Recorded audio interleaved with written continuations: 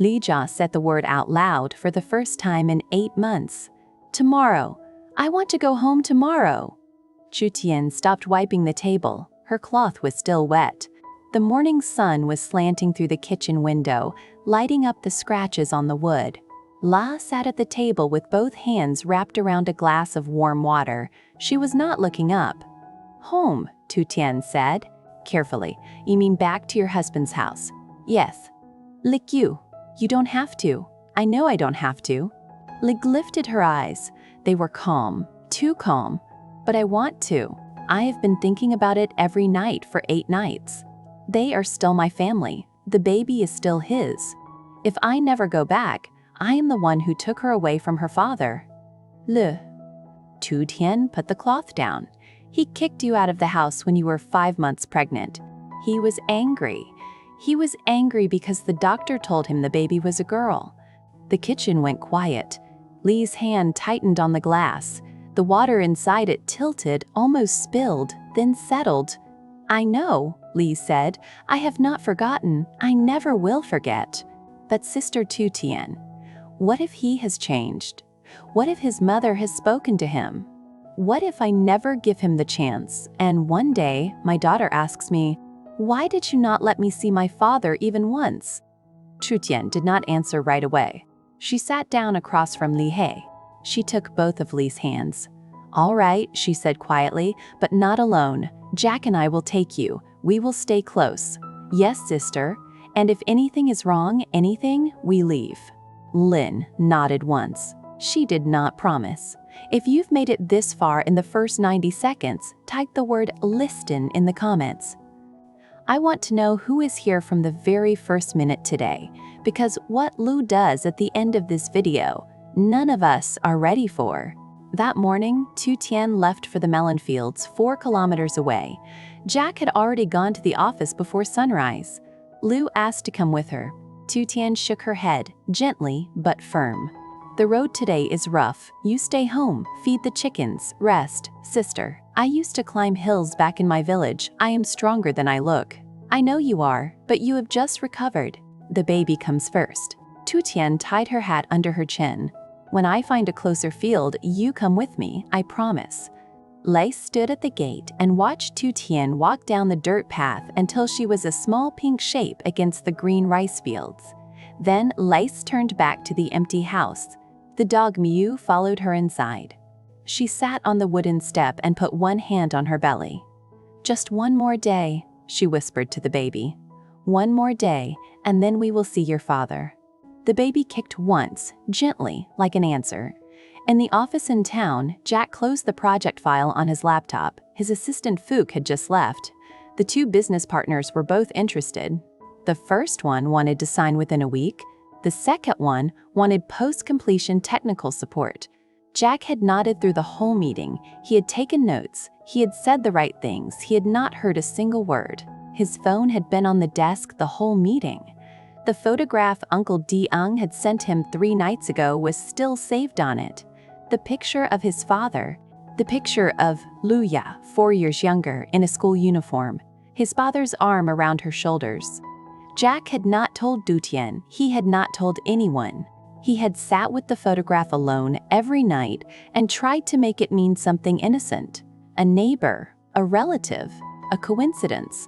But his father had only ever traveled to one place outside of their home province, the mountain village 6 hours north. The village where, according to the old woman who would change everything next week, Li's mother had been born. His phone rang. Uncle Diep. Jack answered. His voice was steady. Bok, Jack. Jack, are you free? Come over. I want to talk to you about something. Now. Jack stood up. He put on his jacket.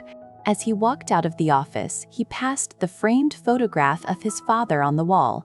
The formal one, the corporate one, the one his mother had insisted hang in every Jack family business since the funeral. Jack did not look at it. For 4 years, every time he passed that photograph, he had said good morning to it in his head. Today, for the first time, he did not. In the melon field, the sun was high. Tu Tien wiped her forehead with her sleeve. The basket was almost full. The melons were heavy, ripe, perfect for the afternoon market. She had been working alone for 3 hours, and she was tired in the way her mother used to call happy tired. Walking back to the road with her basket, she passed something she had not noticed on the way in. A small wooden roadside altar, the kind country people put up for spirits of those who had died on the road. The altar had 3 sticks of incense burning, fresh. Tu Tien stopped. There was a small framed photograph on the altar, a young woman, maybe 25, smiling. The photograph was old, faded. The frame had been polished recently. The woman in the photograph had a face that was almost, but not quite, Ly's face. The same chin, the same shape of mouth, the same shy way of tilting her head. Tu Tien stood very still. She took out her phone without thinking. She took a picture of the photograph on the altar. She did not know why. She put the phone back in her pocket. She walked the rest of the way to the road faster than she meant to. If you have a feeling about this woman in the photograph, comment your guess below. Watch me. I am going to come back to her. At Uncle Ding's farm, Jack sat on a low wooden stool while the older man poured tea. The sun was high. The cicadas were loud. Jack. Uncle Ding set the cup down. I went to your mother's house yesterday. I know, she told me. I didn't tell you everything, on the phone. Jack's hand went still on the cup. What didn't you tell me, Bach? Uncle Ding did not answer right away. He looked out at the green hills around the farm. He scratched the back of his neck. He sighed. Your mother is fine, he said. Healthy. Eating, sleeping, the doors are locked. I checked the house, there is no smartphone. The flip phone is the only one. The man who came to the gate that night, he hasn't come back. 3 nights now. Then what are you not telling me? In the kitchen, behind the rice jar. Uncle Ding paused. There was a small box, old, wooden, locked.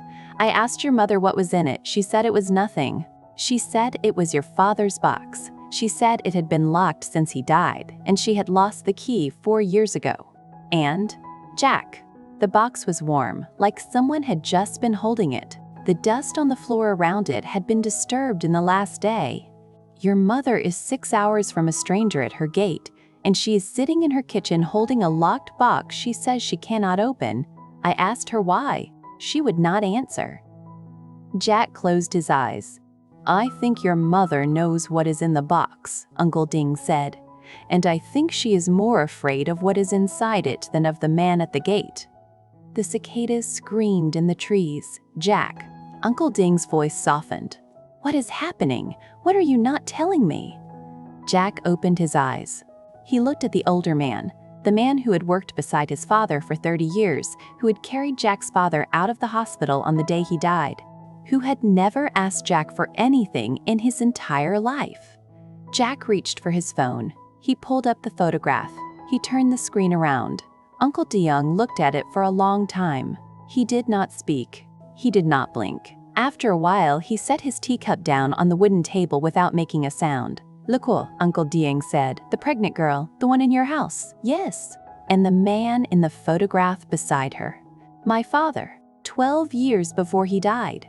Uncle Deng pressed his thumb and forefinger against the bridge of his nose. He stayed like that for a long moment. When he took his hand away, his eyes were red. Jack, he said, I never told you this. Your father, 12 years before he died, he disappeared for almost a month. He told your mother he was traveling to inspect a logging site in the north. He came back without explanation. Your mother did not speak to him for 2 weeks afterward. I never asked. I thought it was a marriage thing. Jack did not say anything. What do you want me to do? Uncle Deng said. Go back to my mother. Tonight. Stay with her. Do not let her open that box without you in the room. And if she does, Bakhe, call me before you call anyone else, even the police. Yes. Jack stood up. He put his phone back in his pocket. He shook Uncle Dieng's hand. He drove home slowly, with both hands on the steering wheel and his eyes on the road, and he did not turn on the radio. That evening, Tu Tien came back from the market with an empty basket and a small bag of cash. She had sold every melon. On the way home, she stopped at a roadside stall and bought 3 glasses of fresh sugarcane juice. 1 for her, 1 for Jack, 1 for Ling. When she walked into the kitchen, Ling was at the stove. The eggs were almost done.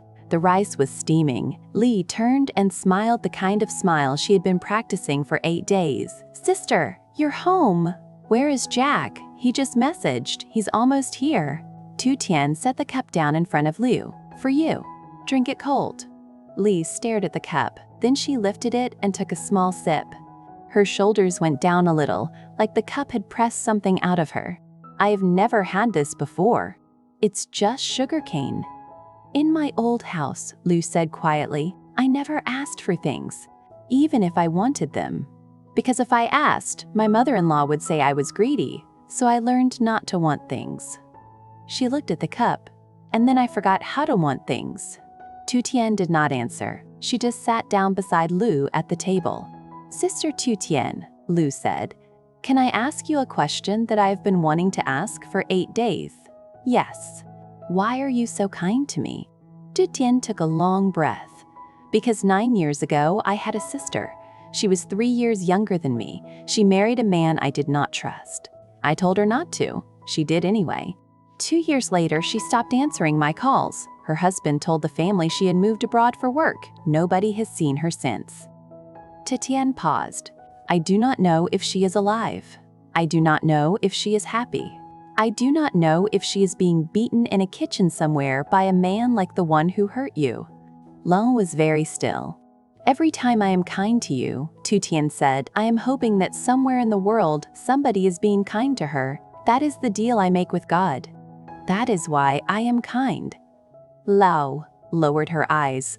After a while, she reached across the table and put her hand over Tu Tien's. She did not say thank you. She had run out of those words days ago. Jack came home 20 minutes later. He kissed Tu Tien's forehead in the doorway. He squeezed Ly's shoulder. He sat down at the table. The 3 of them ate Ly's eggs and Tu Tien's pickled figs and Jack's silence. Halfway through the meal, Ly said, "Aunt Jack, Sister Tu Tien, tomorrow, I want to go home." Jack looked at Tu Tien. Tu Tien looked back. "Tomorrow," Jack said, "we will all 3 go. Together." Ly smiled. It looked like relief. After dinner, while Tu Tien washed dishes, Ly stood up and took a small pill bottle from her bag. She poured 1 pill into her palm and swallowed it with water. She closed the bottle. She put it in her pocket. But the camera saw what neither Jack nor Tu Tien did. The bottle was not the prenatal vitamins the doctor had prescribed. The label said, diazepam, sleeping pills, strong ones, the kind a woman might take if she did not want to feel anything when she walked through a certain gate. The kind a woman might take if she had decided, somewhere inside herself, that she was not coming back. In the kitchen, Tu Tien laughed at something Jack said. Ly smiled and put her hand on her belly and walked toward the porch to look at the moon. If this story is keeping you up, subscribe and turn on the bell. Part 2 drops in 2 days, and tomorrow morning Jack and Tu Tien are going to drive Ly to a house she should not be going back to. And what is in Ly's pocket? None of us are ready for. I will see you there.